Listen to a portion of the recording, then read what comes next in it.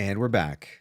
Free Advice Friday. What's up, everyone? Man, it's been a while. I feel like every time I do one of these now, that's how it starts out. It starts out with me saying, man, it's been a while since I had the opportunity to do one of these. But it has been. One of the things that I said for 2026 was I really wanted to just spend a little bit more time focusing on my voiceover career. So a little less time spent on coaching, a little more time spent on voiceover. And I have definitely been doing that this year, and the results have been there through multiple bookings and some really cool projects, having the opportunity to do some really cool campaigns, getting some shortlists on some really cool stuff. And that is just really all a byproduct of just being able to spend a little bit more time focused a little bit more heavily on my own voiceover career for a change. But I still miss you guys. I miss hanging out with you guys. I miss answering your questions. I'm not gone. Not shutting down the coaching business, not shutting down VOpreneur or anything like that, but just really needed some time to just spend focusing on my own voiceover business. So that's what's been going on. But yes, here we are, ready for Free Advice Friday. Looking forward to spending some time with you guys. Looking forward to answering your business and marketing questions and talking about the things that you want to talk about and the things that are important to you.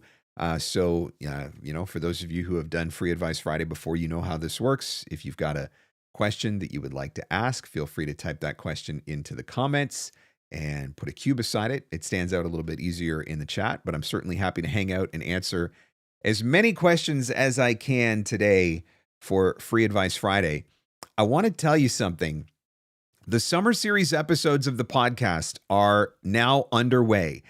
For those of you not familiar with the summer series episodes of the Everyday VOpreneur podcast, I am inviting everyday VOpreneurs to come on to the show, and you're going to have the opportunity to ask me your most pressing in business marketing question and get it answered live on the podcast. And so I have now started accepting submissions for that. If you would like to be able to submit a question, if you go to VOpreneur.com/summer series, VOpreneur.com/summer series. I will put that link in the chat for those of you who may be interested. VOpreneur.com/summer series. And when you are at that website, you'll have the opportunity to submit. Let me know what question you would like to ask. I'm going to try to get to as many people as I possibly can, but I run the summer series throughout the summer. Obviously, that's why we call it that, June, July, and August. So if you've got a question that you would like to have the opportunity to ask me on the podcast, here's your shot. Go to the website, fill out the form, get your questions submitted. Like I said, I'm looking to fill all the episodes throughout the entire summer and trying to answer as many questions as I possibly can. So if you haven't had a chance to do that yet, check out the summer series.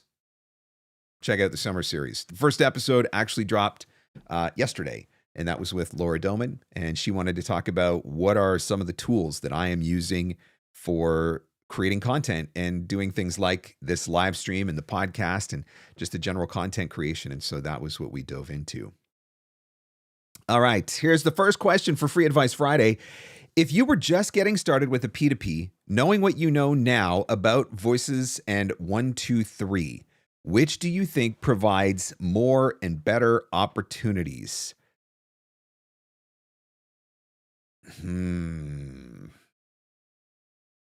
I think I'm going to have to say Voices.com. 5 years ago, I never would have said that, but I think I'm going to have to say Voices.com. I think that between those two sites, Voice123 and Voices.com, I think that there are flaws with both of those sites. There are things that I just do not love.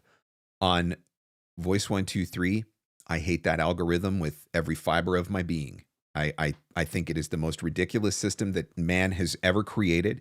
I think that it is insane that things like likes and system bookings can impact a talent's ability to see future auditions, but that is not ever communicated, apparently, on the client side.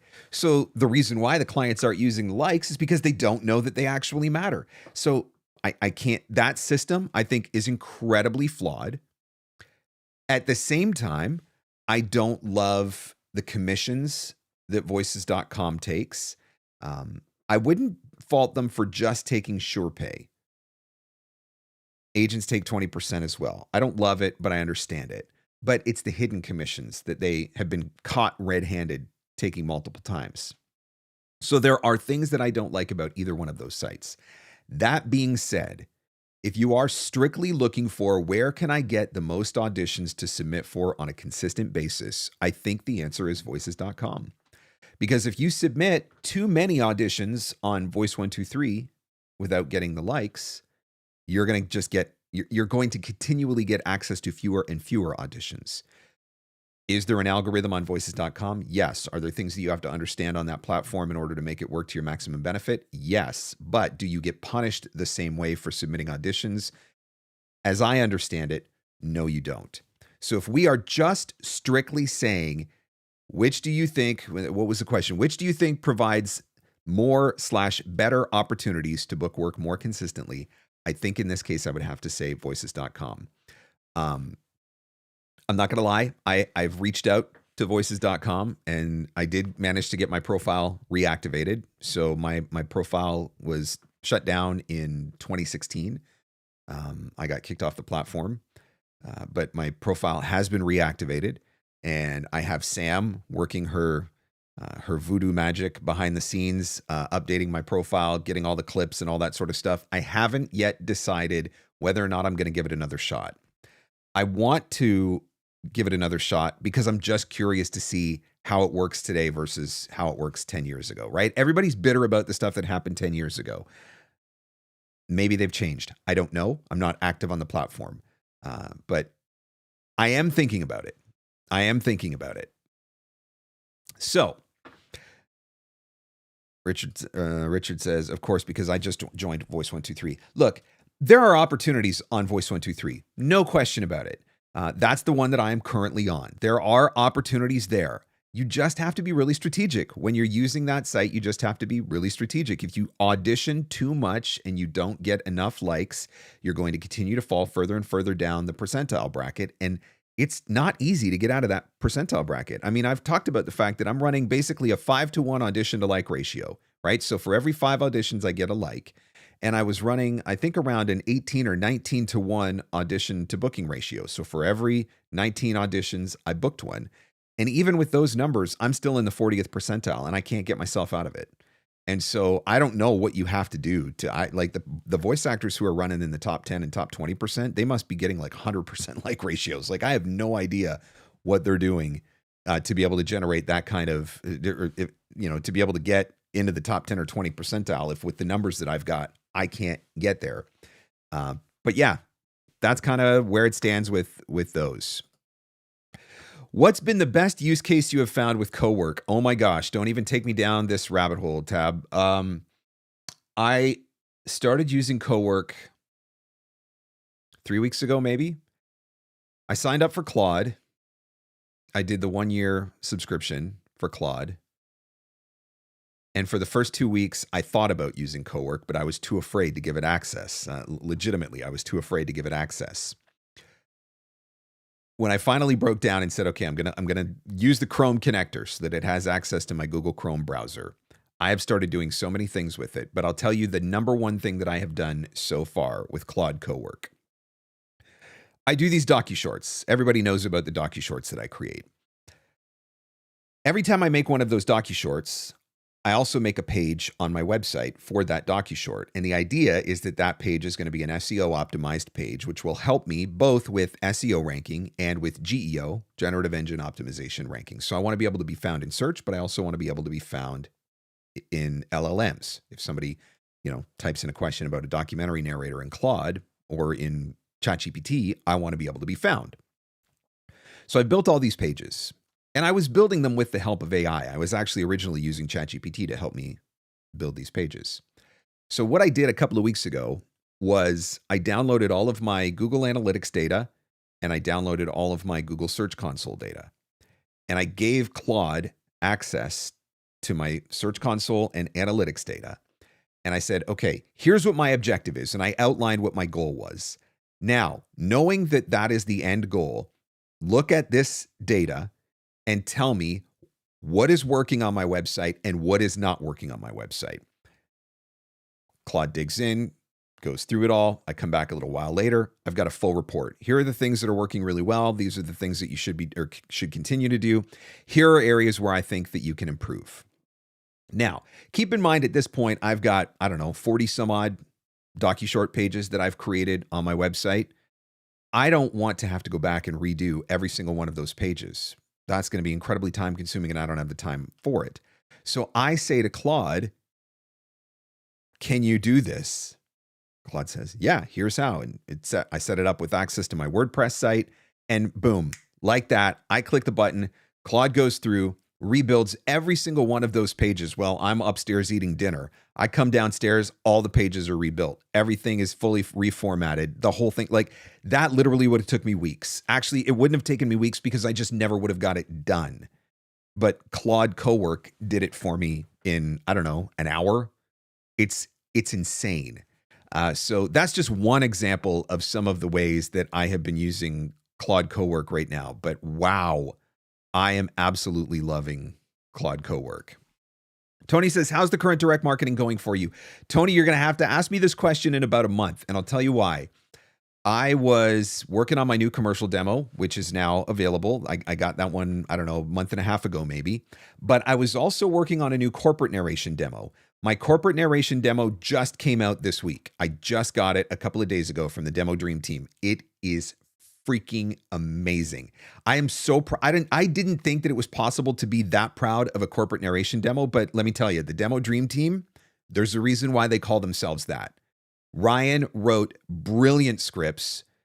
Michelle and Melissa were brilliant directors. Steve is an incredible engineer and producer. Like literally, I am so thrilled about that demo. But I had been waiting to do a marketing push, a big marketing push.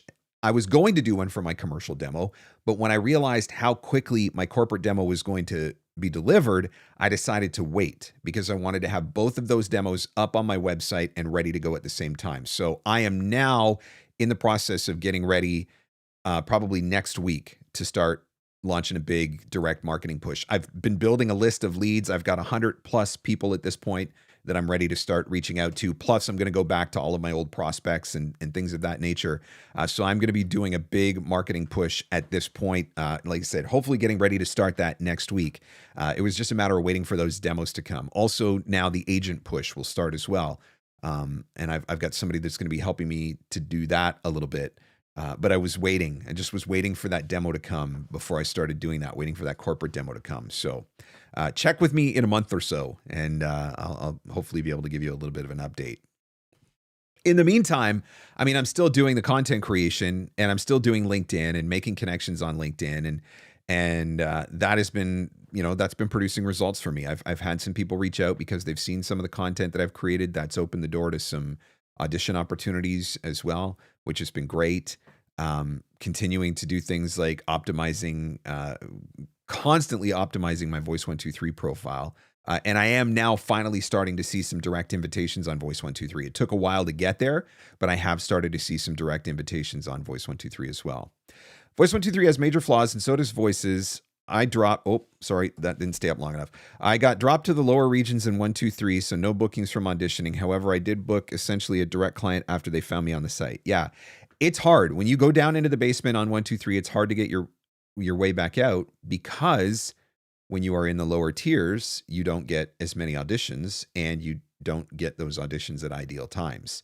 And so, the problem that I keep having is that all of my auditions, literally almost every single audition that I'm getting is coming in the overnight hours. And by the time I get into the studio in the morning, they are all closed. And so almost every day there's nothing for me to audition for. And that's made it very difficult to get out of the basement. Still early on voices.com and definitely liking the amount of access to auditions. Yeah, there does seem to be a higher number of auditions consistently. And if I understand it correctly, and I wish Gina Scarpa was here because she would tell me if I was wrong, but the more optimized your profile is, the more clips that you have that match the various and assorted specs and whatnot, you can get even more access. Buddy says, an agent sent me an audition that I booked. is it ever a good idea to direct market, send latest demo, new projects completed to that production company, even though I don't have a relationship with them? In that case, I would not. I am never going to try to poach a client from my agent. And I have had clients that I have booked through my agent in the past who have tried to reach out to me directly, and I've just respectfully said, hey, you know what? I would love to be able to work with you again, but if we're going to do it, we really need to go through my agent. And so I do not want to ever risk burning any of those bridges. So in that case, I'm not going to market to any of those companies directly. I always want it to be very clear that is my agent's client.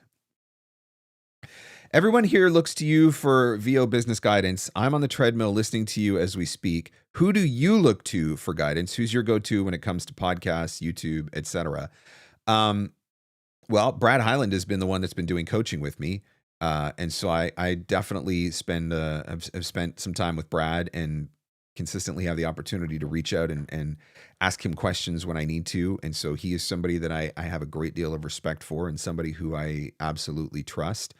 I don't listen to voiceover podcasts. I'll be honest with you. I don't, mostly it's just a time thing. The podcasts that I'm listening to are actually more on the business side. My whole theory has always been that if I can figure out how to get better at business and better at marketing, that ultimately that plays into voiceover. And so those are the types of podcasts that I am often listening to. I've also been spending a lot of time lately listening to AI related podcasts. Social Media Examiner has a great one. AI Explored, Marketing Against the Grain is another great one. And I'm listening to those podcasts, just trying to learn how to use the AI tools that are available to me and use them in a more efficient way, which helps me ultimately to run my business even better. I would also say, Robert, that one of the big things is just it's getting connected to the right people. When I was working with the Demo Dream team, I knew that I could fully and completely trust them to just guide me. I didn't have to worry about it. I did not have to wonder, are these the right scripts? Is this the right direction? Is this going to sound great? Whatever. I just knew that I just needed to show up and do what they told me to do. I felt the same way when I worked with Jay Michael. I knew I needed to just show up and do what he told me to do, and I could trust him completely. I will say, I talked about this a while ago. I even sent an email about it, but Kelly Mashinsky has a class that she offers called Finding You in Take Two. And Kelly's got all kinds of classes through the Voicecaster Lab. That Finding You in Take Two class is one of the best classes that I've ever taken in voiceover. And it was like, I don't even know, it was like $20 or something. Like, it's not even an expensive class. But again, she's somebody that I know that I can trust. And so I'm always willing to hear what she has to say and take advice from her as well. My first demo, Medical Narration Corporate, is coming in a few weeks. Congratulations. That's exciting to be having that first demo coming. Finally have something that you can work with and market with, which is great. What should I be lining up now before it comes? Start finding leads. That would be my advice, is start finding leads. That's exactly what I was doing. I was finding leads and getting them into my CRM. So I'm trying to find the production companies that I want to reach out to, trying to find the people at the production companies that I'm going to specifically connect with. And I was getting all of those leads sorted out and getting them into my CRM so that when my new demos dropped, now I'm ready to go. I'm ready to start marketing. I've got a built-in lead list already. And so that's going to help me get out of the gate faster. And so that would be what I would be suggesting. If you're waiting for that new demo, or that new demo is, as you're waiting for that new demo to drop, start finding leads so that when the demo is in your hands, you are ready to actually start reaching out and ready to start making connections. Again, welcome to Free Advice Friday. For those of you that are jumping in, if you are new to Free Advice Friday or you haven't been here in a while, if you've got a question that you would like to ask and get answered, feel free to type that question into the comments. If you put a Q beside the comment, it just makes it a little bit easier. Once the chat gets busy, it's a little bit harder for me to sort through everything. So I look for those Qs as a prompt. Oh, here's a question. But by all means, if you've got a question that you would like to ask and get answered, this is your opportunity to do that. Certainly happy to answer as many questions as I can throughout the broadcast. So don't be shy. Have you ever booked corporate or e-learning from your commercial demo? Maybe corporate. I don't think that I can't say that I can't say that I have or I haven't. I have never marketed a commercial demo for e-learning. That being said, is it possible that some of the people that have reached out to me directly through my website listen to my commercial demo and maybe that helped them make the decision. Maybe, I don't know. But I've never actively marketed to e-learning in particular with a commercial demo. Could you book corporate? I think potentially you could book corporate. A lot of the video production companies that are creating corporate videos are also doing commercial. And so your commercial demo might be enough to get you in the door and get you access to audition opportunities if you don't have a specific corporate narration demo.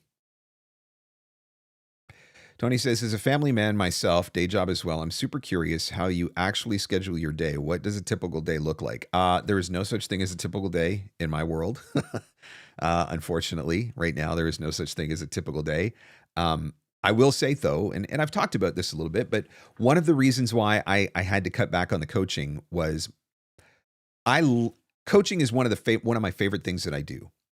Let me just be clear about that up front. There's a teacher buried deep inside of me. Even when I was on the fire department, I was working towards training officer status on the fire department, and I was involved in a number of different training programs through the fire department as an instructor. It's always been there. The coaching, the teaching, all of that sort of stuff. I never expected my coaching business to blow up the way that it did. And it just got to a point where I couldn't find a balance between the two, between the coaching and the voiceover. And my voiceover always took the back seat because in my heart, I'm a servant. That's why I was a firefighter for so long. And so I always want to be able to help everybody that I can help. And it was becoming unmanageable. And so towards the end of the year last year, I started to realize like I need to step back from this. I need to have more time just to be a voice actor again. And so I have limited the coaching that I've been doing, but that was necessary in order to be able to find that balance in order to be able to fit everything into my day. There is not a normal day. Generally speaking, I come down in the studio in the morning, and if there's auditions that are available at that time, casting site or otherwise, I will try to do auditions. I do try to do my agent auditions as quickly as possible when they come during the day. Some agents say that, sometimes they will say the early bird gets the worm. So they may not wait until everybody has submitted to send auditions in. They might send them in batches. And so I always want to try to be in the first batch. And so I do try to stop whatever I'm doing now because I'm not in as many coaching sessions in the day. It's easier for me to do that, to pivot to agent audition. Let me go record that right away. But most of my time when I am not in the booth is spent on content, whether it's the podcast or things like this live stream, the docu-shorts that I've been working on. I've been working on some new strategies on my website for SEO and GEO purposes. And so there's a lot of that's been going on behind the scenes. And part of the reason why I've been spending so much time on some of those things is because I've been waiting for these new demos to drop so that I could actually start doing a big marketing push. And so that will be the next thing now for the next few weeks will be the big marketing push is going on. But yeah, I don't know that I have a typical day. Mostly I'm just looking at what are the most important things that need to get done in order of priority and making sure that at least a few of those things are getting checked off the list every day. And that's kind of how I'm operating right now with a great deal of flexibility in my schedule that I haven't had for the last few years, which has been kind of nice. How long did you have to post on LinkedIn consistently before you got ROI?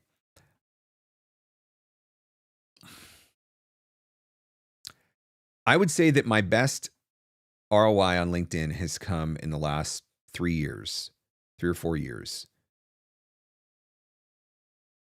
And that is because I've been posting.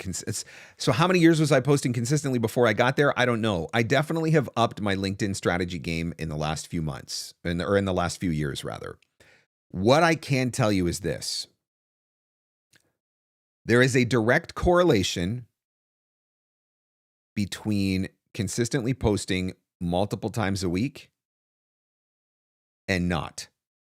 So in those times when I am consistently posting multiple times a week, I see a much higher reach. I see way more engagement. I see more network connection requests, etc. when I get off that train for one reason or another, it drops off pretty quickly. But when I'm able to start posting consistently again, it picks up pretty quickly as well. So I think that the algorithm does work quickly. I think really what it's about is, I would say 2 to 3 times a week is the sweet spot on LinkedIn from my own experience. If you can consistently be posting 2 to 3 times a week and doing that in addition to consistently engaging. So you can't just post. If all you do is show up and post content, but you're not engaging whatsoever, I don't think you're going to see an ROI, or at least not the same ROI. And so I am active in the comments and actively engaging. And I think that's been a big part of the reason why I've been able to make that work for me as well. Have you tried coconut Dr. Pepper yet? My favorite non-standard flavor. No, I have not even seen it. We don't always get the fancy Dr. Pepper flavors in Canada. I am not a big coconut guy anyway. My favorite non-traditional flavor is probably the cream soda one. Although cherry's very close, but again, cherry's really hard to get here. I usually only get cherry if I'm going through the States, going through Michigan on my way to visit family. I'll pick up a couple of cases of the cherry Dr. Pepper, but the cream soda one we can get here in Canada a little bit more easily and consistently. Did you end up going with Nikki from Online Casting Optimizer? And if so, how's it going? I actually ended up hiring Samantha Damiano to do my optimization for me. I was thinking about going through Nikki's program, but after having a conversation with Sam, she was pretty confident that she could do what was necessary. And I would say that she was right. She sends me reports on a fairly regular basis, or updates on a fairly regular basis, to let me know that I am all the different keywords and phrases that I am ranking number 1 for, and have consistently been ranking number 1 for. And so I think she's been doing a fantastic job with that. I'm so grateful, because I can tell you right now, I would have never done it. There's no chance I would have done it. I would not have had the time to do it. All I would have done was upload my demos, and that's it. And so having somebody that can do that is big. Having somebody that can do that for you, whatever it is, whether you're working with Nikki, or you're working with V123 Pros, or if you work through VA for VO and hire a virtual assistant, the bottom line is, if you are going to use Voice123, you have to have your profile optimized in the right way, or you are going to struggle even harder than what you will struggle already on that platform. It's so important to get that done. I'm trying to start direct marketing and feel so overwhelmed by it. I have no idea where to start looking and who to start emailing. What do you recommend? So it starts with your demo or demos. What demo or demos do you have? So let's just say you've got a commercial demo. The question you have to be asking yourself is, who are the people who are responsible for creating commercials? The easiest place to start with that is production companies. The production companies who are actually creating the commercial content, whether they're video production companies or audio production companies or a combination of both, who are doing commercial work. The next step beyond that, because if you look at commercial production on the whole, it can feel very overwhelming because there's a million different places to go. So start with a circle on a map around your town or your city or your county, your region, and then just slowly start to make that circle bigger, expand out, right? I started in my city. Now I'm going to go to the next big city in my state. Then I'm going to go to the next big city in my state. And then I'm going to go statewide. And then once I've done this state, I'm going to move out to the next state, and just kind of rinse and repeat so that you can narrow things down a little bit. But you're reaching out to, the question you constantly have to ask yourself is, who are the people who are responsible for creating the type of work that I want to do? And so is it an e-learning production company or instructional designers who are creating e-learning? Is it a video production company that is creating corporate content? Is it an automotive agency that is creating automotive commercials? That's the question that you have to ask yourself, and then kind of work it out backwards from there, and then start reaching out to these people. And that can look like a lot of different things as well. You can You can put a comment or do it on LinkedIn by sending out network connection requests and commenting on content. You can do it by reaching out via email. You can do it by joining in-person networking events if you want to start on a local level. There's so many different ways that you can do it, but ultimately your goal is to try to build relationships with the people who are creating the types of content that you want to work in. Whatever that may be, commercials, video games, audiobooks, whatever that may be. Start trying to build those relationships. I think for a lot of people, one of the reasons why online casting gets talked about so much, direct marketing is the long game. And I always try to be very clear about that. I still believe in direct marketing completely. I still believe that direct marketing works. I'm still actively participating in direct marketing, but it can be a long game. And so you can supplement that with online casting, because the online casting gives you access to auditions every day while you are doing your direct marketing and while you are trying to nurture and build those relationships. I just think it's really important that you have a balance, that you don't give all of your time to online casting, none of your time to direct marketing.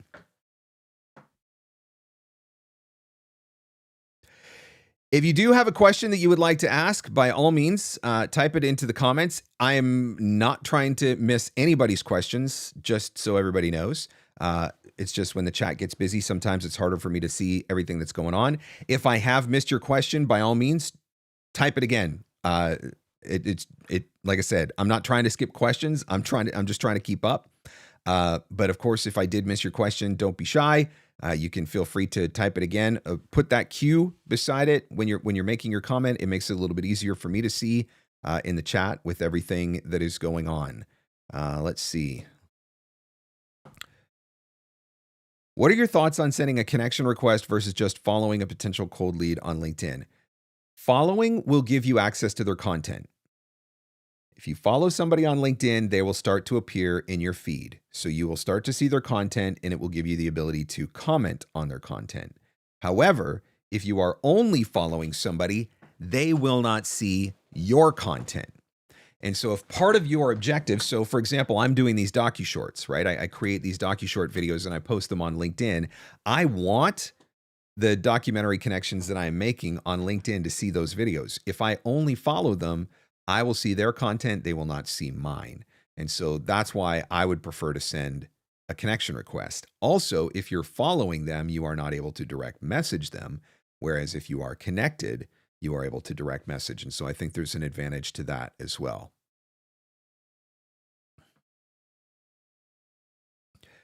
What are the bullet points of a great cold email? It has to be personalized. It has to be personalized. And when I say personalized, I don't mean that you need to deep dive into this person's history and find out like who their fourth grade teacher was.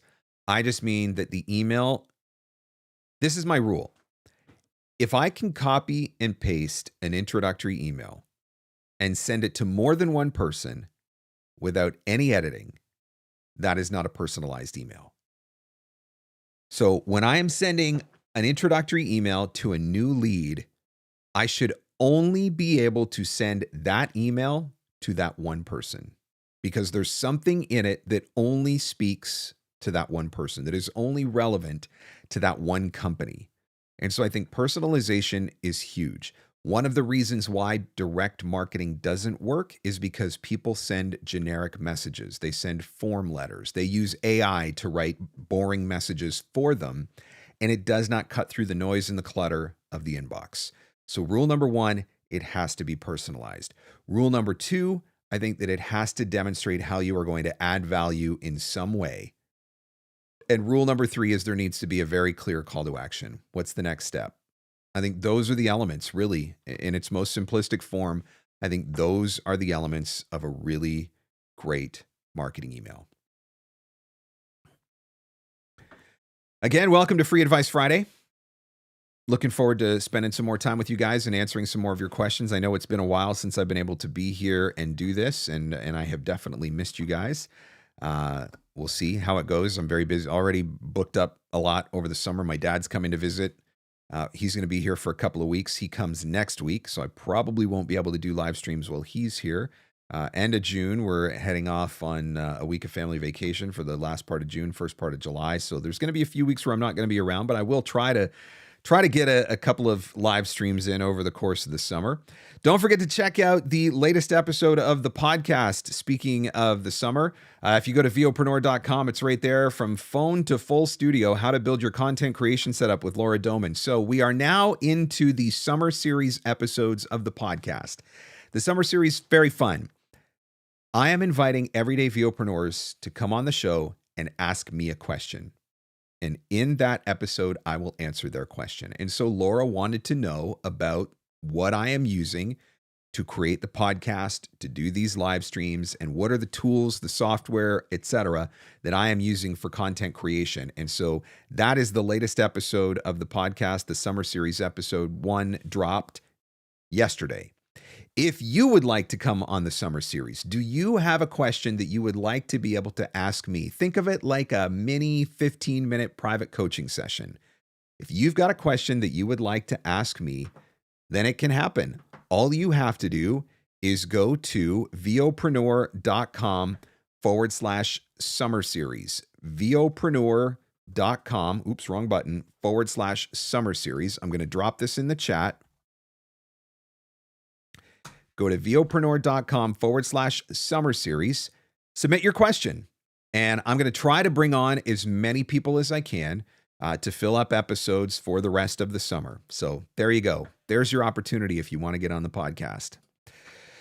I'm in the process of maximizing my SEO and GEO even more on my website. Have you used any of the backdoor AI tools from your web provider? And if so, have you seen results? So right now I am using Claude, and specifically Claude CoWork, to do a lot of this stuff for me because I do not fully understand it. I have a general understanding of how it works, but I don't fully understand it. I also do not have the time or the capacity at this point to do some of that. So yes, I am actively working on the SEO and GEO side. And yes, I am absolutely using AI for it. And I've been using Claude CoWork. As a point of interest, I started doing all of this several months ago with ChatGPT. When I got turned on to Claude and Claude CoWork, I had Claude CoWork take a look at all of the stuff that ChatGPT had done, and Claude said, well, some of this is really good, but some of this is really bad. And I'm like, oh, okay, well, explain. And so when Claude explained what was good and what was bad, I was like, okay, you know what? Logically, this actually makes sense why some of this is really bad. So I actually had Claude redo a bunch of the stuff that ChatGPT had done, and it has already started to make a difference. I've already started to see a difference in my traffic patterns on my website. So yes, definitely using AI and some of the tools that are available to start working on some of this SEO and GEO stuff. Technical, for you, what does your current plugin stack look like processing for auditions? I do virtually nothing for my auditions. I run a declicker. That's pretty much the only thing that I am doing on my auditions at this point is declick and normalize. Most places want to hear raw audio.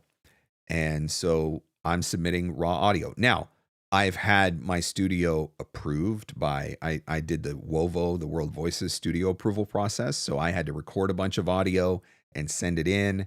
And a collection of engineers from WOVO, George the Tech and Dan Leonard at the time. And I think Cliff Zellman was part of it at the time. Uncle Roy was part of it at the time. So there's a bunch of guys that listen to it, and then they come back and they say, you know, do this, or whatever. Ultimately, my studio was approved, which to me said I was good to go.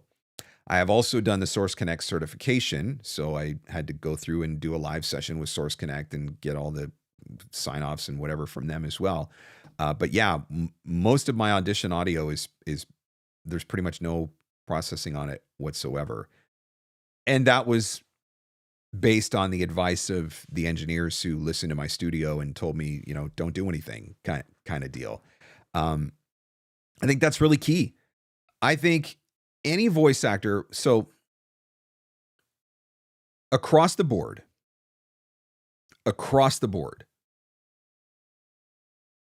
I've asked this question of the CEO of Voice123.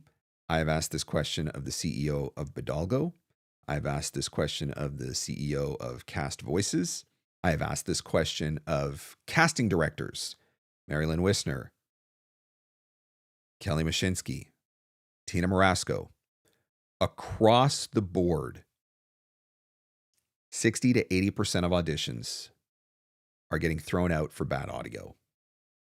Across the board. It does not matter who you talk to. The numbers are always pretty close to the same. Between 60 and 80% of auditions that are being submitted are getting tossed for bad audio.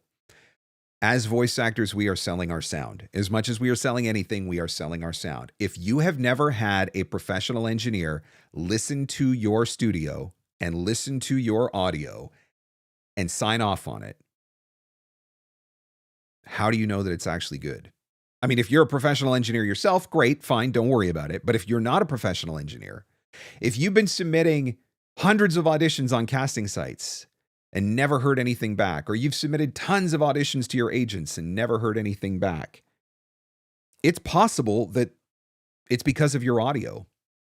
And so booking a session with George Whittam, with Dan Friedman, Tim Tippett, Jordan Reynolds. I mean, there's a bunch of guys that are doing this. Booking a session with somebody like that and having them listen to your audio and either give you the stamp of approval or saying, we need to fix some things, and then getting those things fixed, absolutely worth every dime that you spend on it. No question. So for auditions, are you not editing stuff together to make the best take possible, or are you just sending a raw read? Okay, not a raw read, raw audio. So I edit out my mistakes and submit submit the take, 1, 2, however many they ask for, whatever. So it's cleaned up. I take out, any mouth clicks and things like that, adjust some breaths here and there if I need to, but I'm not running EQs. I'm not running compression and all of that sort of stuff. So that's what I mean when I say raw audio.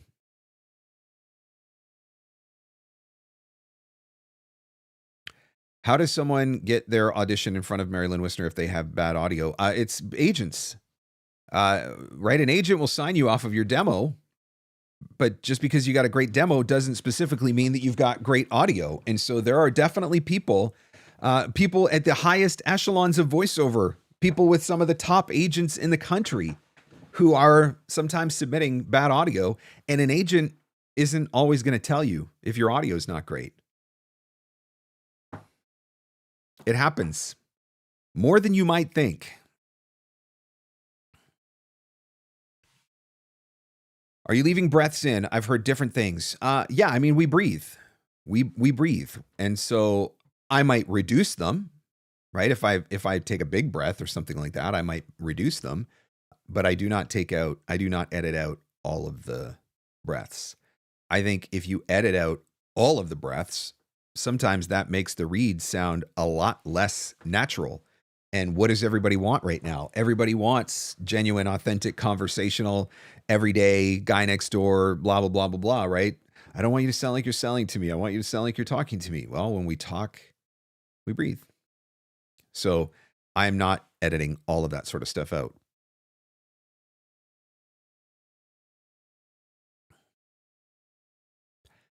Again, if you've got a question that you would like to ask and get answered for Free Advice Friday, feel free to type it into the comments.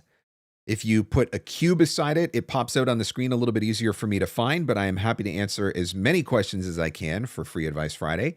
If at any point I have missed your question, just know that I am not trying to miss your question on purpose. So again, feel free to repost it, just because it's not always easy for me to find as I scroll back through the chat.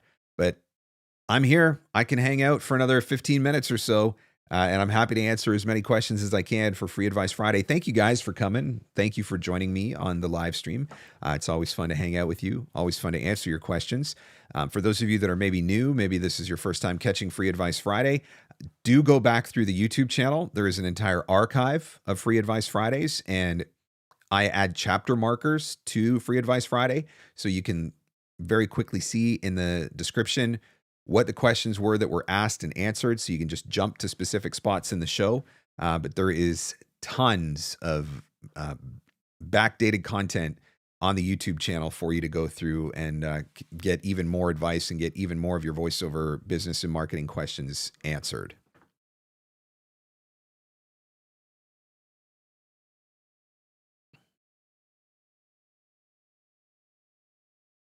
Heard an awful story in a class last night about someone nearly destroying a really big relationship for their agent because they got into a session and couldn't do what their demo showed. And that's legit. There are people who are really awesome demo voice actors because it's really easy to produce a great demo when you've got a really great director.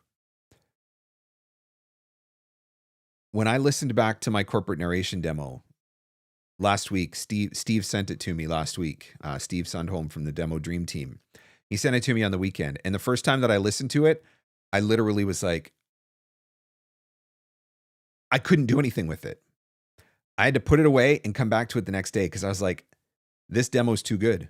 Like, I was legitimately worried. I'm like, this demo was too good. And I knew that it was as good as it was because of how well I was directed. But I'm like, man, can I self-direct myself that good in an audition? I don't know. Right? And so it's a real thing. Cliff Zellman has one of my favorite lines ever when he said, your demo is a promise. Your demo is a promise. If you cannot replicate what was on that demo, you're in trouble. You're in trouble. And not everybody can do it because not everybody has the ability to self-direct, and not everybody has the ability. Look, I was in a session. This is a great example. I was in a session a few weeks ago in Toronto. There were 10 people on the other side of the glass, okay? I felt like a complete zoo exhibit. I'm standing there in the booth, 10 people on the other side of the glass. That in and of itself is intimidating. But every one of them has a slightly different idea about what they want to hear. Part of my job is to just shut up and do it. When I'm there, it's just shut up and do it. So when they come on and they say, hey, can you do it? But can you do it like this? Okay. And I try. Hey, can you do it? But can you do it like that? Okay. And I try. That's part of the gig. That's part of the gig. Now, that obviously doesn't always happen, right? Many times, the vast majority of my work is self-recorded. But when I go into a studio and I've got all of those people there and everybody wants to have a chance to have feedback, I better be able to do something. I better be able to come up with something. I was in a session in Toronto last month where I booked the job off of the audition and we recorded all of the spots based on the audition and what the client said they wanted. And they sounded awesome. We loved them, myself and the guys that were the engineer and the director. And I think it was one of the copywriters that was in the session as well. Everybody loved it. We sent it off to the client, and the client, I went downstairs, waited an hour or two. And then director comes down and gets me and says, look, the client really likes it, but they want to hear it like this. And totally changed the direction, like 100% completely changed the direction. He's like, can you do it? Let's go find out. Up into the booth I go, redo all of the spots, totally different direction. And you know what? They sounded even more awesome than they sounded the first time. That's part of this, man. That's part of the game. And that comes from working with really great coaches, really great producers, really great directors, and really just constantly working on honing your craft, which is something that I have put a lot more effort into in the last probably 8 months. I want to be able to deliver.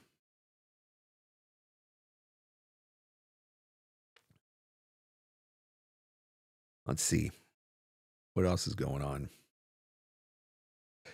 When doing a block of auditions, do you go through recording one, editing, submitting, then recording the next, or do you snag all the copy from all the auditions and record them all at once? No, I do one at a time. I work through one at a time. Record it, submit it, send it. Record it, submit it, send it. Record it, submit it, send it. I work through one audition at a time. I just find that's easier for me. Different people have different workflows for that. I know I'm set up for that pretty easily as well. I mean, that's my booth right there. So where I'm sitting right now is at my desk. This is where I do all my editing. And so I got a wireless mouse, a wireless keyboard. I take it into the booth, I record, I walk back out the door, sit down, edit, send it. Go back in the booth, carry my wireless microphone and keyboard in the booth, record the next one, right? So I've got a pretty decent workflow for doing that as well. Do you feel like the culling of the industry from the pandemic push and the AI threat will produce a class of VOs that are more desperate or a class that are better performers than ever? Yes.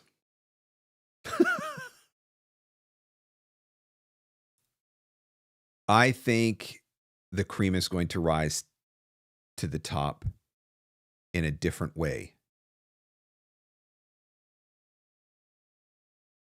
In 2020 and 2021, and the first part of 2022, well, we'll say 2022, those 3 years were my busiest years in coaching.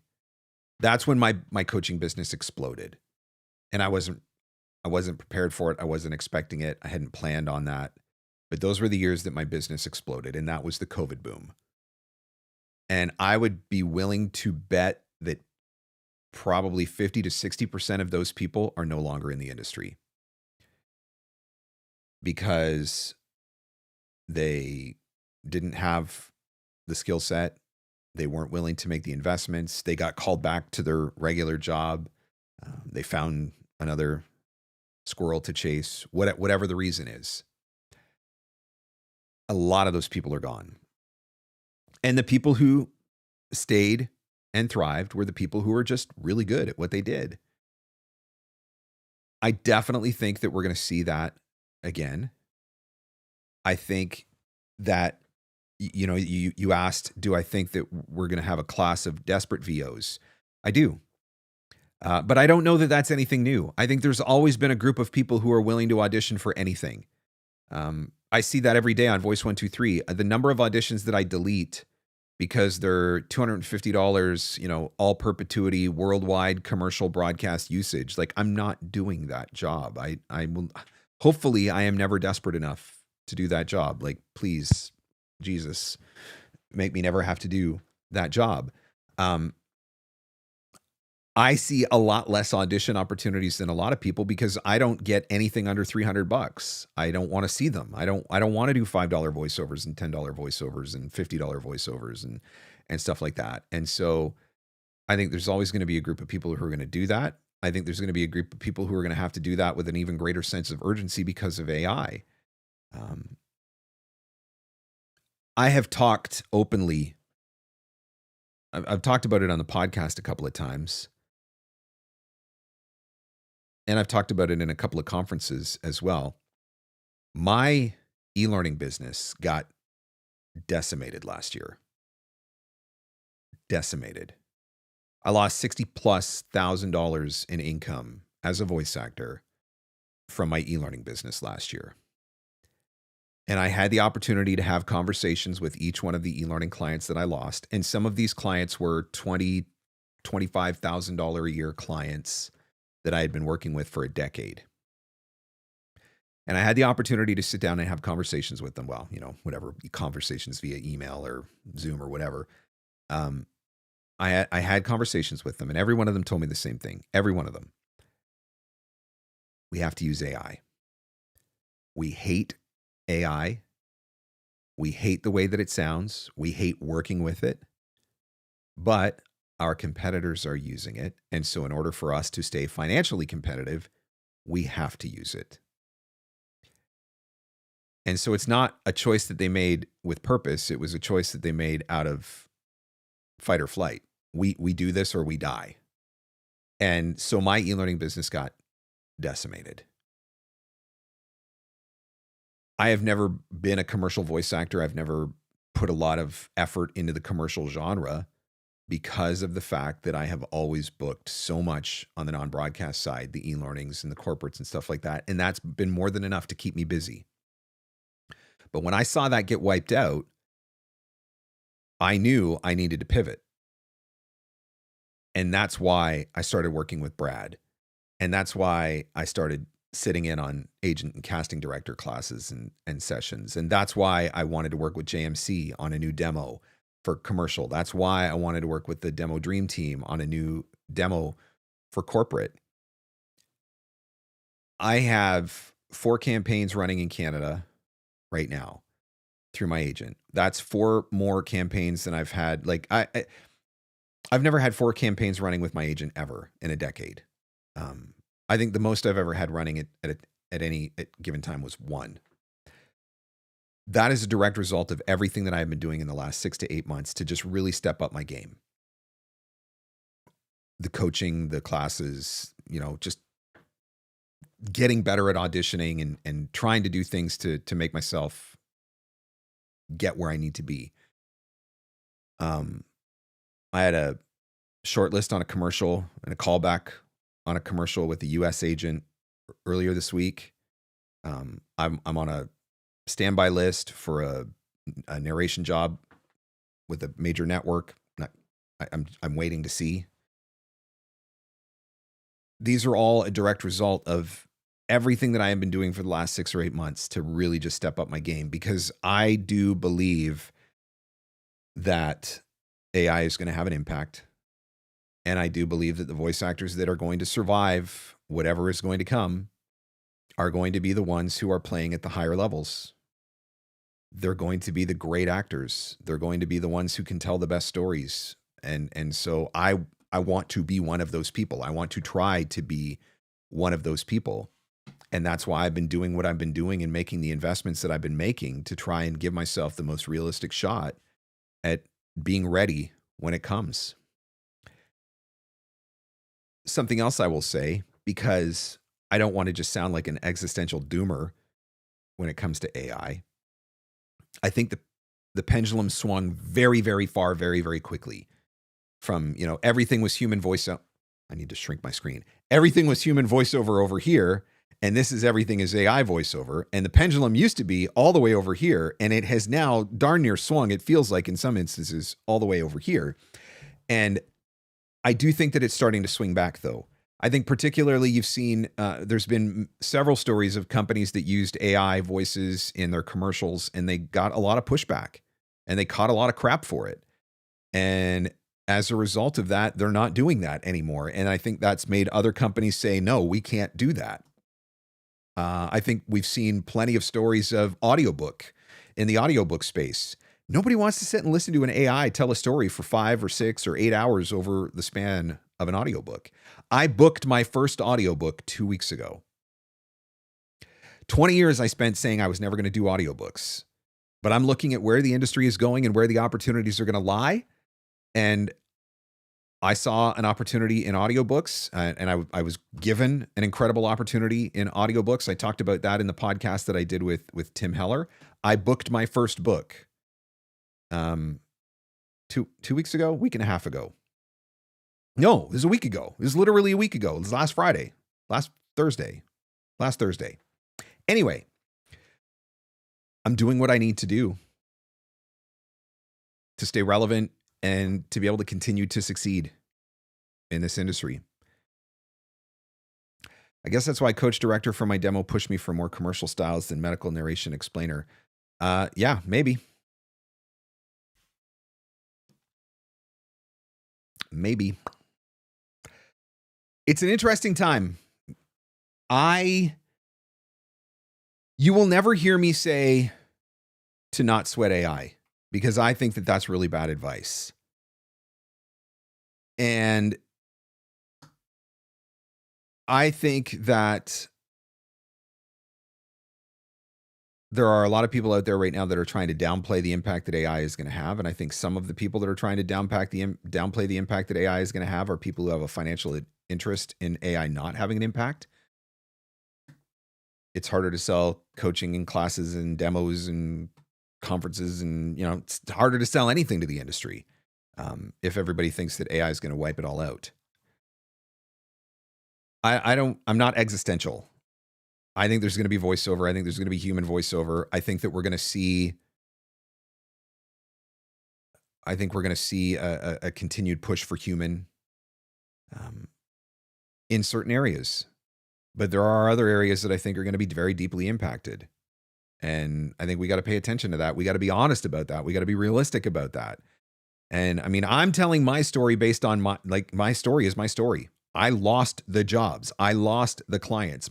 Almost my entire e-learning book was wiped out. And all of the clients told me why. So I'm not making it up. I'm not being doomer. I'm just telling you the truth. That was one genre. So I'm looking at other genres. Where are the opportunities going to be? Right? Where are the opportunities going to be?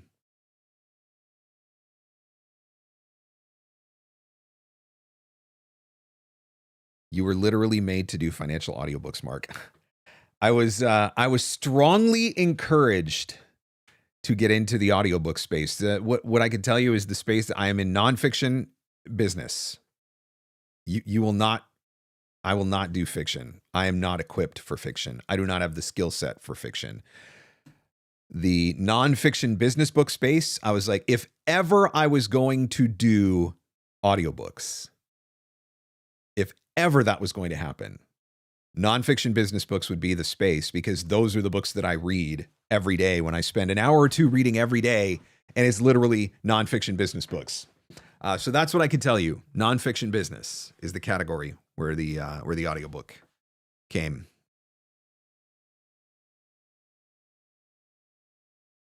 All right, guys, I got to jump out. Thank you so much for hanging out, for joining Free Advice Friday, for asking all of your questions. Remember, go to VOpreneur.com/summer series, okay?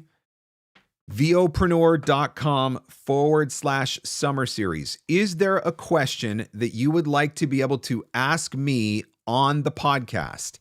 If there is a question that you would like to be able to come on and ask me, submit it at this website. I'm putting it into the chat, VOpreneur.com/summer series. And I'm going to try to get as many people onto the show as I can. I'll be doing these episodes throughout the rest of the summer now. But if you've got a question that you want to have answered, like I said, think about it like a 15-minute private mini coaching session that just happens to be getting recorded and that everybody's going to get a chance to see. But VOpreneur.com/summer series. All right, guys, thank you again for joining me. I really do appreciate it. I love hanging out with you. I will keep you posted when the next Free Advice Friday is coming. In the meantime, as always, whatever you decide to do this weekend, have fun, stay safe, and go find some leads.